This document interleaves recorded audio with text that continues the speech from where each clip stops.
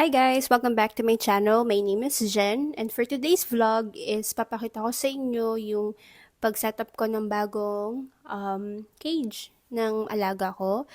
And then let me explain to you first kung bakit ko sila ililipat pakita ko sa inyo from this to this one. Ayan. So, pasensya na kung magulo pa yung bahay. Pero actually, kakatapos ko lang maglinis, pero magulo pa din. Ayan, pine-prepare ko lang yung isa kong phone para may extra phone para pag in case malobat ako or in case lang na magme-message na yung husband ko dahil lunch niya na, at least meron pa akong spare phone to use para makapag-vlog. Ngayon, kailangan ko na magmadali dahil medyo matagal-tagal tong pagsisetup. Pero papakita ko sa inyo yung mga alaga ko. So, be right back. So, yun guys, nilagay ko muna sa gilid yung table para mas spacious yung pagsisetup ko ng cage nila. Pero yung gagamitin ko is yung wood shaving. Yan. Para sa liner nila. Kasi before, I used to use the fleece liner. Pero kasi nahirapan na ako maglaba ng mga fleece nila kasi ayoko kasing gamitin yung washing machine sa paglaba ng mga fleece ng alaga namin dahil syempre ginagamit namin yun for our clothes tapos gagamitin namin sa kanila, so parang hindi siya hygienic. So ayan, bumili kami ng wood shavings ng mga alaga namin kasi this coming Friday, this weekend rather, na aalis kasi kami and Monday na yung balik namin. So, medyo matagal-tagal yun. And then, walang magbabantay sa kanila. So, kailangan kong mag-prepare ng mga food nila ng almost 4 days para hindi sila magutom. And then, ilalagay ko sila dito sa table para ma-sight sila ng CCTV, at least kahit malayo, nakikita namin or namomonitor namin ng asawa ko yung mga alaga namin. So, let me introduce to you first with my alaga or with our babies. So, eto, pakita ko sa inyo. Okay guys, so, this is Tamper. Ang nickname niya is Tampy. Lalaki siya, Tamper siya. Ayan. And this is my alaga. Itong si Oreo. Baby pa yan kasi nanganak si Princess, yung isang Abyssinian namin. And then ito yung isa pang baby niya, si Rosie. Siya si Rosie. Ayan. This is Rosie, ang masungit na baby. Ayan, masungit yan guys. Ayaw niya magpa-tame. Tapos ito naman si Oreo, lalaki siya. Ayan, kung mapapansin nyo, black and white siya and meron siyang mask. Kasi yung father niya is kamukhang-kamukha niya talaga. Siguro i-flash ko sa screen yung father niya. And this is Princess. Ito yung mommy nila na masungit, na feeling ko buntis na naman dahil nga ang bigat na naman at nagiging moody. Ayan, siya si Princess. Abyssinian din yan. And then last but not the least, si Twinkie. Yan, si Twinkie.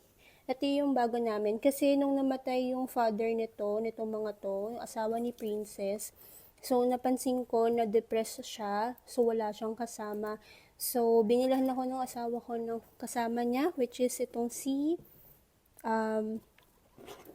Twinkie. Girl siya. Ayan. So, makikita niya, sorry. Makikita niya yan siya mamaya. Ayan. Sorry, Twinkie. Ayan. Tapos, ito yung hay. Tapos, hay din doon. And then, yung water nila, madumi na naman. And, ito yung fleece nila. Fleece yung wood shaving. So, ayan. So, I just recently tried the wood shaving. So, just to check kung just to check lang din naman or observe kung which one is better, if it's fleece liner or the wood shaving. Pero kasi ang goal ko dito is ma-lessen yung odor ng bahay kasi syempre makaka-relate na to yung mga guinea pig owner. So, ayun, yung odor niya, and then ma-lessen yun. And then, gusto ko rin malaman kung ano ba yung mass absorber, yung fleece ba, and then, or yung wood shaving. But so far, we've been using the wood shaving for like 3 days now, and I can say na okay naman siya, pero hindi siya ganun ka-absorber ng mga wiwi, ng mga guinea pig dahil parang it take like 30 minutes or 30 minutes pa or approximate 20 to 30 minutes to fully absorb yung wiwi. And then, naglilik pa din siya dun sa pinaka-liner nila, which is yung karton. Yung karton naman kasi, ginawa ko yan kasi tinapon ko na lahat ng fleece nila dahil nga gusto ko, hindi ko siya malalabhan. So, tinapon ko na ng lahat. So, temporarily, I use the karton para bahay nila for the meantime. So, now, dumating na yung in-order namin sa Shopee. Mura lang naman to kasi pang liner lang naman to sa ilalim. And then, ito talaga yung ginagamit for guinea pigs. So, matagal nga lang siya dumating. Parang 2 weeks, ganyan. Dahil sa China pa siya galing. So, overseas. So, matagal siya. 2 weeks siyang dumating. Pero, thankfully, dumating naman siya bago mag-Friday kasi yung alis namin Friday. And may pasok pa ako ng Thursday, Friday sa office. So, Friday, technically, hindi na ako uuwi kasi yun nga. So, I need to prepare these things na para at least pagdating ng Friday, hindi na mai-stress yung asawa ko sa kung paano yung setup ng mga guinea pigs. Kasi worried din talaga siya dito kung paano sila. So, ayan, guys, papakita ko sa inyo kung paano ko i-set up yung guinea pig cage ko, cage ng mga guinea pigs ko, and then, I hope you enjoy it. So, anyway, guys, ito pala yung mga CNC cage, pero madudumi na siya, hindi na siya ganun ka-presentable, pero that's fine, kasi bumili pa ng bago. Let's maximize the resources that we currently have. Ayan. So, ang gagawin ko sana dito is ito yung magiging bottom part niya, para at least, teka, nakita nyo ba? Para ito yung maging bottom part niya dito sa ilalim, para hindi siya mayupi-yupi. Ayan.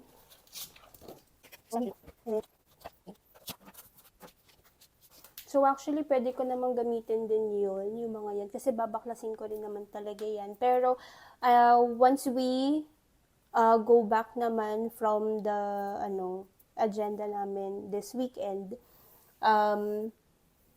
ibabalik ko pa rin naman yung ganyang setup. Kasi, sobrang laking tipid niya sa space. Kasi pag ganito kalaki, wala nang space sa bahay. So, ayan. So, gagamit tayo ng lock para secured. Ayan, mga lock. Yes.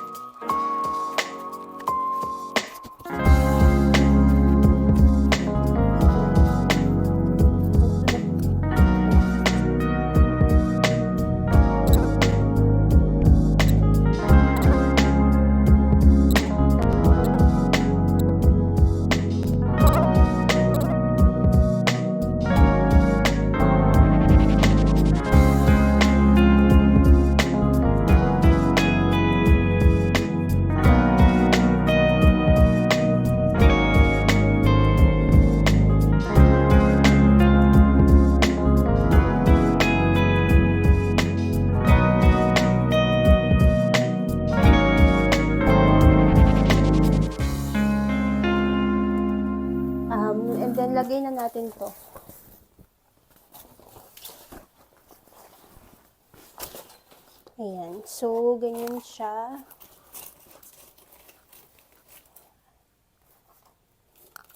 Actually, dapat nga ito yung nasa ilalim. Pero, since gusto ko kasi may support yung ilalim niya eh.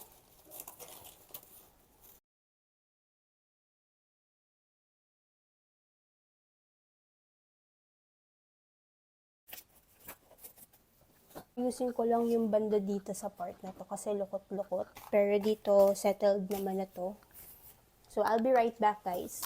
Okay, guys. So, tapos na ako mag-setup ng pinaka liner nila. And then, yung cage. Tapos na rin lahat yan, kumpleto. Yung mga lock. Yan.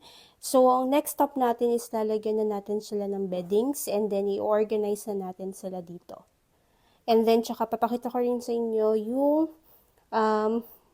yung mga guinea pigs. So, kung ano yung reaction nila once na nag-transfer na sila dito sa cage nila.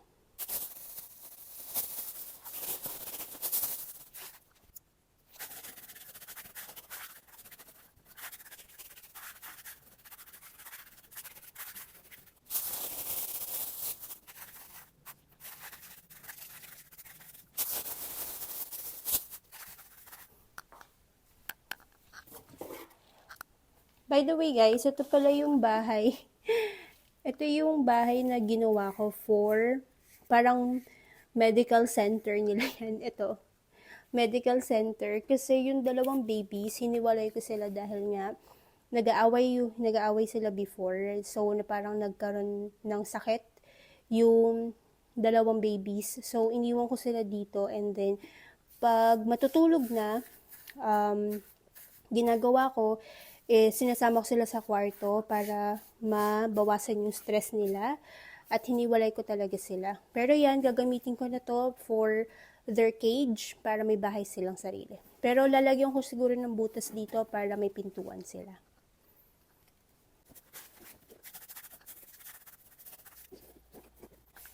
Ayan guys, so ito yung magiging bahay nila in case na gusto nilang matulog. Yan. Ayan na siya. So, lagyan natin.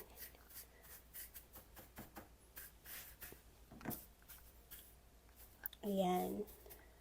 Tapos, let's start. Lagay ko na lang muna dito to. And then, let's start setting up their things here.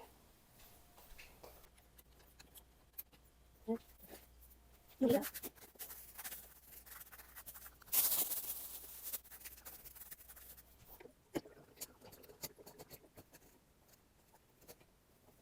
Okay guys, so for now, yan lang muna yung setup nila. Pero pag alis naman namin, punong-puno yan ng hay. So ngayon muna, hindi muna kasi andito pa naman ako. I can monitor them pa naman for 2 days pa. So, ayan. So, lagay na natin sila and let's see kung ano magiging reaction nila sa new home nila.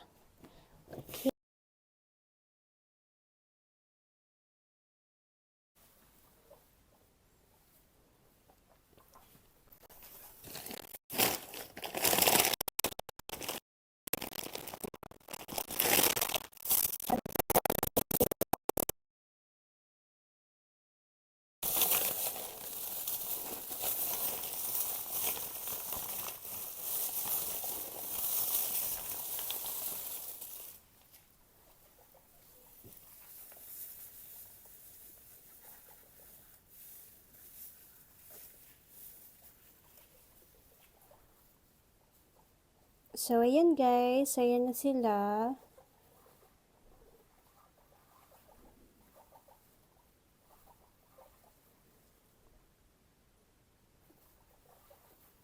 Ayan. So, mas nakakagalaw na sila compared dito. Ito, tatanggalin ko na to kasi hindi na pala siya kaya ng karton dahil sobrang dami ng wiwi sa ilalim. So, ayan. So, dito na lang muna sila.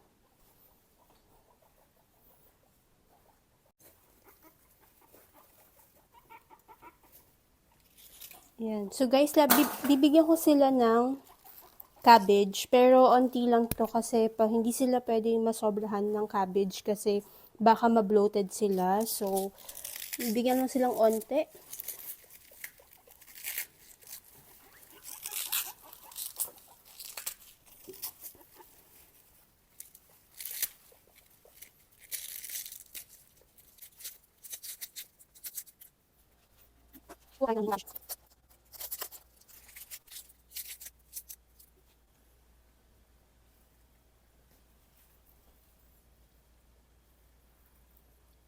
Ayan.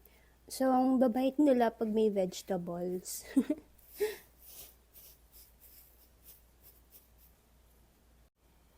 Ayun guys, so malulubat na pala ako. So, pawis na pawis na ako.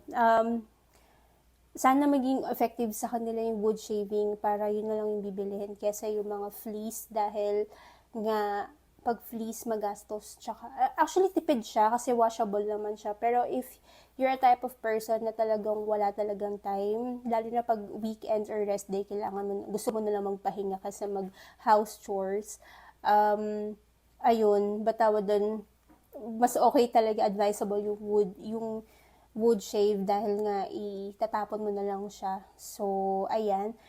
So, guys, ayan na yung mga guinea pigs. And thank you so much for watching my vlog. At sana, if you are a guinea pig owner then, so please share your best practice when taking care of your guinea pigs. So alam parang di naman ako pro sa pag-alaga ng guinea pig. It's my first time din naman. So, kung meron kayo nakitang hindi tama dito sa ginawa ko, just feel free to comment down to correct it. So, I'm open for feedback naman. And then, kung sa tingin nyo naman na okay na yung ganyan, na ganyang setup, so, just give it a thumbs up for me. So, thank you so much for watching and thank you for napapagod na ako guys. So, thank you so much for watching my vlog today. And yung lakad namin pala ng mister ko, I'm not sure kung i-vlog ko yon pero tingnan natin kung ma-vlog ko siya. So, sana mag-enjoy kaming dalawa kasi wedding anniversary namin. So, ayan, thank you so much for watching guys. Bye! Good night!